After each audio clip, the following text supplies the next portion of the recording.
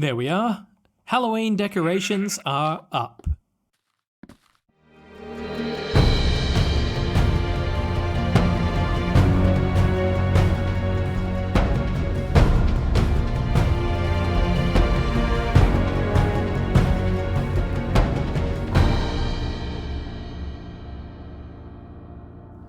Hello everyone, welcome to Minecraft The Journey, episode 61. We're here in alpha version 1.2.3_05. That was the sound of a burning creeper. I'm down here in the mob wrangler building up my supplies of sulfur or gunpowder, whatever you want to call it, because in this version of alpha, Notch had accidentally left some debug code in the game which changes the hostile mob spawning so that only creepers will spawn. So we might as well build up the supplies while we can before we move on to the next version. Yes, there we go. As you can see, I've made some modifications down here as well, and this is not the most efficient farm in the world. There are a couple of spawning platforms up there on the surface, which is not actually the best conditions for spawning mobs, at the best of times, but it does work for a bit of passive farming, as you can see, as well as going up there and pulling in the mobs like we've done in the past. Oh, that was a fancy move, Mr. Creeper. But as you can see, it is working for me, and I've made these changes here. So what's happening now is mobs are falling down into this pit, being caught up in this water stream, flowing into the wall, falling down the back, and then moving forward into this lava blade. And the lava blade does the final kill. And the reason I've made these modifications is because you might remember beforehand, there was a big platform here where the mobs would just die straight from fall damage, but it wasn't so effective. It was no good for AFK because if a mob died over here and left its drops, I couldn't reach them if I was standing here. So I had to constantly kind of run around the table and pick up all of the drops and then put them in chests. So it wasn't really AFK as such. Even over here, there are still problems. I can stand here at the pickup point and all of the drops will go into my inventory. But because there's still 1 by 1 blocks available in this farm for mobs to get underneath, things like chickens and the occasional pig will still make their way past the lava blade and then through the system and out here into this section. So if I've been AFK for about 15 minutes or something like that, the room is typically full of chickens and I have to go around killing them. So that's no good at all. It also means that I have to sort of seal myself into this position to prevent the chickens from pushing me, and that's just annoying. But we're going to build a better farm way down in the future. We're getting ahead of ourselves. In today's episode, we're going to have a look at some of the other changes that have been going into this version, 1.2.3_05, because as I said in the last episode, Notch was really working on the multiplayer elements of the game in order to make sure that it was working as consistently in multiplayer as it did in single player. There were a lot of features that just didn't work properly. The nether still doesn't work. There were all sorts of other consistency problems, as we saw with the doors, and all sorts of other things like that. So let's have a look at a few of these changes going into this version and possibly the next versions as well with multiplayer. I'm out here at the main screen because as soon as I connect to the server is going to give my player an item, which is very interesting. If I connect now, there it is. You can see the server has given me snowballs. In fact, it didn't give me snowballs. They kind of are in front of me. That's nearly... Oh, look, one is 16 and one is 48. So that's 64. That's technically a stack of snowballs, but for some reason it's given it to me in a group of 16, which is correct because that's how many snowballs will stack to, and then 48. I would have thought it should be 4 times 16, if anything. But anyway, that's beside the point. Why is the game giving me snowballs when I log in? And in fact, I want to try this again because I've now got, well, just under a stack now of snowballs. But if I disconnect and then reconnect, I get more snowballs. This is very, very interesting because I need snow to finish off my nether, and because snow at the moment is non-renewable, this is the only way I can get renewable snowballs. Oh, I saw a creeper up there on top of that. Why are the creepers spawning on top of trees? That's not right. Creepers are not supposed to spawn on top of leaves. Anyway, I'm going to go off and farm some snowballs for a while. I think I just spent the better part of an hour or so disconnecting and reconnecting and crafting snow blocks, and here is the payload from all of that. A full double chest full of snow blocks. That took quite a bit of work, so I watched some YouTube videos and did some things in between, but I'm glad that that's all done because we can make use of that in finishing off the Nether project. I'm very, very excited about that. Snowballs are not renewable in this version, not yet anyway, so I didn't want to go off and destroy all of the natural landscape if I had another way to get them. And I suppose this is legitimate, you could call it cheating, but I call it taking opportunity of the features added by Notch into Minecraft. That's what I call it. But we've only got a double chest full, it's not the end of the world here. And remember, this is how we did it, we just disconnected and then reconnected, and snowballs appeared right before us like that. So I just kept doing this many, many, many times over and getting a stack and stack and stack of snowballs like that. Whoops, and then coming in here and doing the crafting right in here. As you can see, the stacking is still really weird. Sometimes 48, sometimes 16. I would also sometimes see 49, 32, 17, some other weird stuff like that I really can't explain. But if Minecraft wants to give me free snowballs, who am I to complain? We're going to put these to good use. I've been making some progress out here in the Nether. I'm doing this build on peaceful mode because it's just impossible with the number of ghasts spawning out here above the lava lake, constantly fireballing me and constantly destroying everything I create. And you need to concentrate when you're building a dome, or in this case, it's actually a sphere. So that's just one of the compromises that I've made while I'm doing this build, and it's one of the few times where I will actually switch the game to peaceful mode. It's not something that I really enjoy doing, but it's very, very difficult in alpha to avoid it for a build like this. But have a look at the progress I have been making here. This one is a full sphere. So down the bottom here, I have created the bottom layer and the next layer up, and also a couple of rings around here just at the foot level. And so what I started with was this layer here, so I knew that I had the correct dimensions and that the portal would be in the center of the room. And then I came down here and started building out the bottom layers, and I'm slowly working my way up. And yeah, I do enjoy this kind of build. It's very methodical. You follow the instructions and make sure that the patterns match each time that you build one of the layers. And it's very peaceful out here in the Nether, as I said, at the moment. But that will change once the build is finished. So once we've done this dome, I'm going to finish a corridor going this way and then build another one out here. So I'm keen to see what this is going to look like from the outside Nether once we've finished. And if I don't have enough snowballs, luckily I can just make more. You know, when Minecraft just inspires you to build and keep on building and it takes you on a journey, well, that's what I got when I was working with these snow blocks and the unlimited snowballs and a peaceful Nether. I just got inspired to finish this section of the Nether hub. And finish it, I did, and I'm really happy with the results. If you remember the theme, this is kind of like an igloo. We have a big dome here sitting on the platform of the Nether, and we were going to build sort of igloos or spheres made of snow around all of the different Nether portals that we have. This one here goes to the mining outpost, and the pathway we just came down is the pathway to and from spawn. If you go past this Nether portal, there's another one here that takes you up to the skyboat track. There's actually another little tiny dome in here as well. Actually, it's a sphere, I should say. And through here is the passageway which takes you through to the other portals like the Alpha House. And if you remember in previous episodes, this was ugly, just a big cobble box, and it floats over the top of that humongous lava lake out there.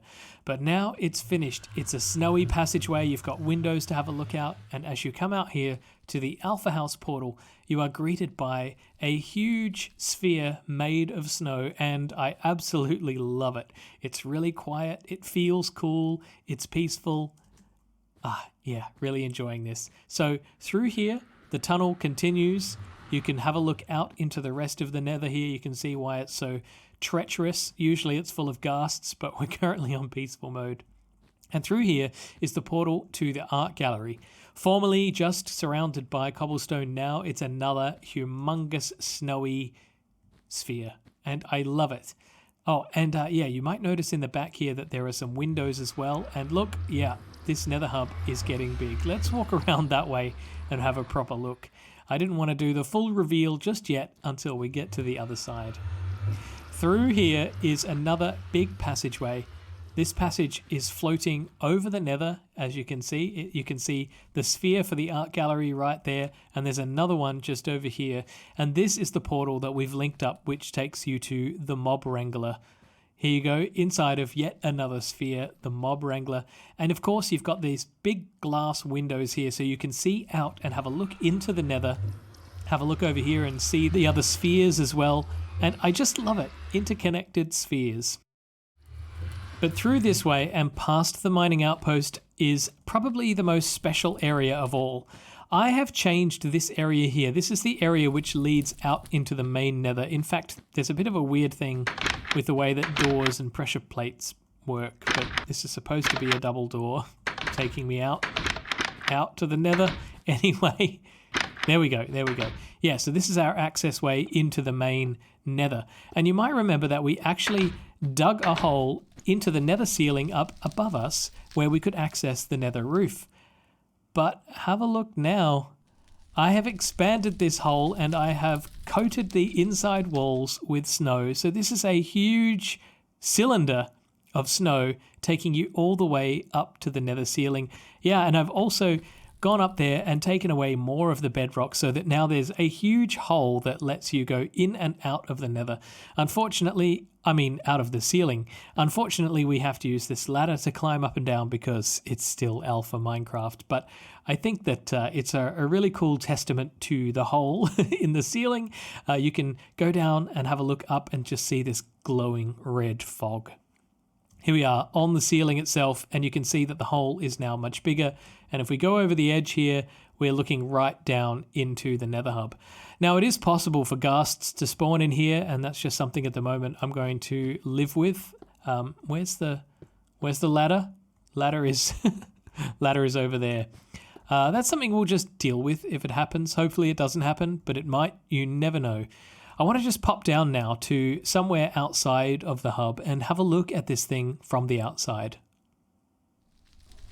This may be one of the few times I get to see it like this because when we switch back to hard mode, we're going to have ghasts spawning everywhere. So we don't want to come out here because we put the nether hub at risk of being blown up by ghast fireballs. But doesn't it just look majestic? You can see this huge passageway here. I might put some more windows on this side, I think. And the domes as well. And this huge cylinder. Let me just run down the bottom here and see what it looks like from down there. Well, I think it looks fantastic from down here. It really looks like a moon base or some sort of alien structure inside of the nether that's floating or attached to the ceiling or something like that. Down here is really the only angle I could get where I could get the entire thing in, including the cylinder up there that takes you to the nether ceiling. But it is doing exactly what I wanted it to do, or looking exactly like I wanted it to look. A series of interconnected spheres which contains a portal inside of each one taking you to a different location in the world. Well, now that we've done all of this work in peaceful, it's time to change the game back, I think, to hard mode. And before all the ghasts spawn, I better get out of here. I'm back in multiplayer mode and have a look at this. Somehow the doors got fixed. I can actually get in and out of my own house. That's good. They don't make any sounds when you use the pressure plate, though. If there was ever one feature that I was looking forward to being added to multiplayer alpha Minecraft, it's this one, the ability to shift and crouch. And the reason I was looking forward to that is because while I'm talking to the camera, I like to be able to move around and I need to be able to show that. But when this feature was first added to the game, in multiplayer mode that is, a lot of the players had commented on how the player looks like when they're walking around, that they really just need to go to the toilet. I don't know. I think you might have to be the judge of this one. Oh, gotta go.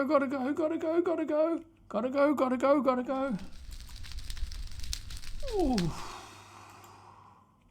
I'm curious to know how the snowballs look when I log in as my player, but from the other player's perspective, so... Yep. I just throw them on the floor. Anyway, as we've discussed, most of the other changes in this version were all around fixing multiplayer issues. Swords and other weapons now deal damage properly, fixed dead players logging in as invisible ghosts, made arrows visible and deal damage, No more infinite free arrows. Server logging now appends to server.log rather than overwriting it. Names of sneaking players aren't visible through walls and are visible at much shorter distances. The join server screen now remembers the last entered IP, and increased chunk saving frequency on the server, so all sorts of changes to make the Minecraft Alpha experience more consistent between client and server and single player and multiplayer. And that's what the next few versions will be all about as we move from alpha to beta.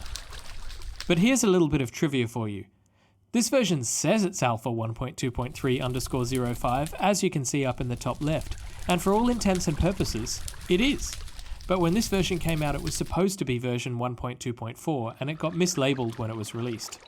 So, because of this, when the next version comes out, it will be 1.2.4_01. And let's upgrade to that now, and I think we're getting very close to the end of our alpha journey. Sad. I've now upgraded to alpha 1.2.4_01, and what's interesting about this version is that it was released on exactly the same day as the previous version, and it was released only to fix that creeper spawning issue which players had commented on in the forums. I also noticed up here in this tree while I was preparing to record, there is a creeper up there. Oh gosh, I didn't expect him to come down and survive that, and I don't have any weapons on me or anything. There seems to be an issue where hostile mobs are spawning on leaf blocks, and that's not right. They're not supposed to do that. So hopefully I can get rid of you without causing too much damage out here. Gotta fix that now.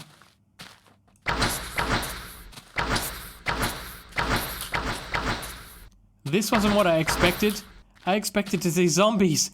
I didn't actually bring a decent weapon with me for some reason, and I've exploded the mountain. No. I came out here to Herobrine Valley looking for zombies. Look, a skeleton. This is good news. So those creepers were just there to throw me off. But if I can see a skeleton out here, then I will see all sorts of other mobs too. I don't want to distract them too much because they're just going to be very annoying. But I'm quite confident now that our creeper problem is solved. Now I've got a landscaping job to tend to. Well, I didn't expect to appear inside of the floor when I logged into the game, but that's just one of the quirks of Minecraft Alpha. In fact, the reason that happens is that if your player is shifting at the time in which you log out of the game, if I do that, and then log back in, your Y level will be decreased by 1. So if I log back in, I'm now inside of the floor. And you can do this repeatedly. I could keep going down a block by a block by a block just by crouching and logging out and logging back in. And it's an interesting way of getting into places you shouldn't normally be able to get to because, as you can see, I'm inside of a solid block. It could be deadly as well, so you don't want that. But here we are in the penultimate version of Minecraft Alpha, and I don't know how I feel about this. We're now so close to the end of Alpha. It's becoming really, really real. 1.2.5 isn't a very interesting version, so I think that we're going to move on to 1.2.6 very, very quickly. In fact, all it does is fixes 6 boring bugs. Fixed a memory leak with the server. Riding carts and boats now works properly when the player travels long distances. I think that only relates to multiplayer, which is why we haven't seen it ourselves. Harvesting crops no longer yields fake seeds. Again, not something that we experienced here in single player. Snowballs are given again.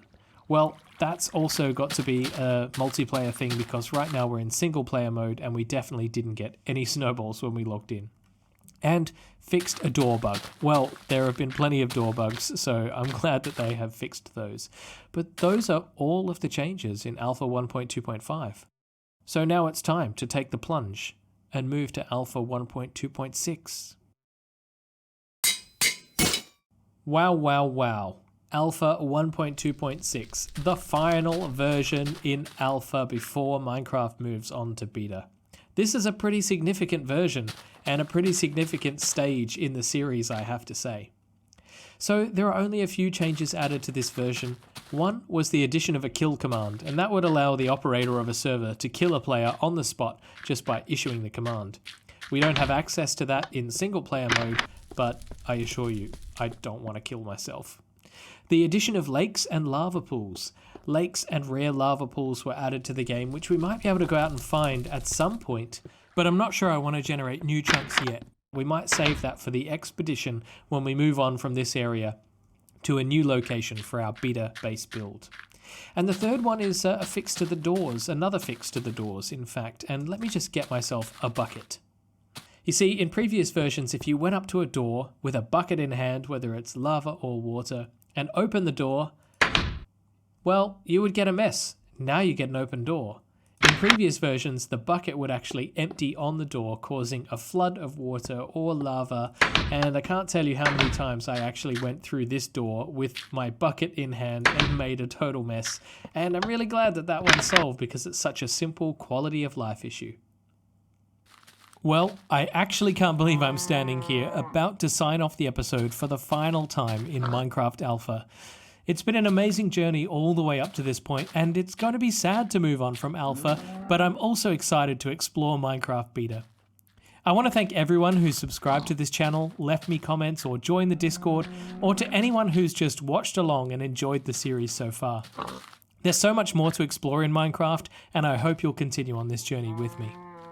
If you enjoyed today's episode, then please leave a thumbs up and don't forget to subscribe if you haven't already. And if you know anyone who would enjoy this series, then please share the playlist with them and help my channel to grow. I really appreciate it, and I'm watching those numbers inch ever closer to 1,000 subscribers. But for now, thanks for watching. This has been bugmancx. You've been watching Minecraft The Journey. See you in beta!